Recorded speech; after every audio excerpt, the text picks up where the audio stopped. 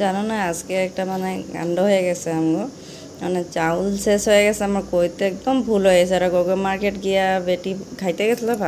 আরও চকলেট টুকলেট আনবো মিষ্টি আনবো কয়ে তারা গিয়া আইসে জাট করি না আমি তারপরে কইছি মেয়েরে কইছি আর যে তুমি রাইস কুকারে ভাতটা পাতো আমি কাপড় সেলাই দিয়েছিলাম তারপরে কইছি ভাতটা পাত এমন মা যাও নাই তারপরে তো মাথা গরম আর শরীরটাও ঠিক নেই আমি কইতেও বুঝলে তারপরে ওর বাবাই কইছে যাই আমি যাওটা নেমেছি আমিও যাবো ধরা ওরে কোম্পানি দিতে গেছি আর কি যে মানে ওর ভালো লাগবো না আমি গেলে নাহলে তো মনটা খারাপ লাগবো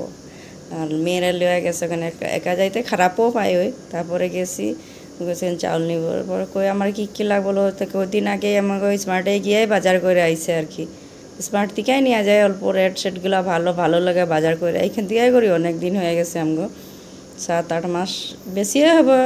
আর কমে বাজার করতেই আসি এখান থেকে ভালো লাগে বাজার করে সব কিছু ডিসকাউন্টে থাকে তো আমার কিছু নাই আমি কাছে হেয়ার অয়েল একটাই নিমু আর কই বয়াম ছয়াম লমুছে আমার লাগবো না বয়াম ছয়াম আছে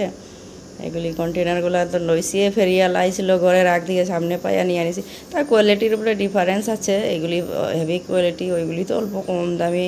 তাও নিয়ে আনিছি যখন আর কি ডাবল খরচা করুম আমি বলছি না চাউলটাও নিয়ে চলো যাই এরকম করে আর নিয়ে সেই চাউলটা ন তারপরে চাউল এখন ওইগুলি নিব না বস্তায় নিব তারপরে বাসমতির একটা বস্তা উঠাইছে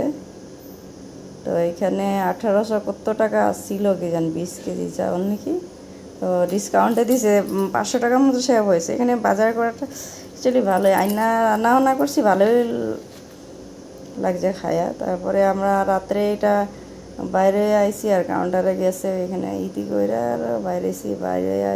আবার ঘরে রাখা চাউল টাউল খুললা ওই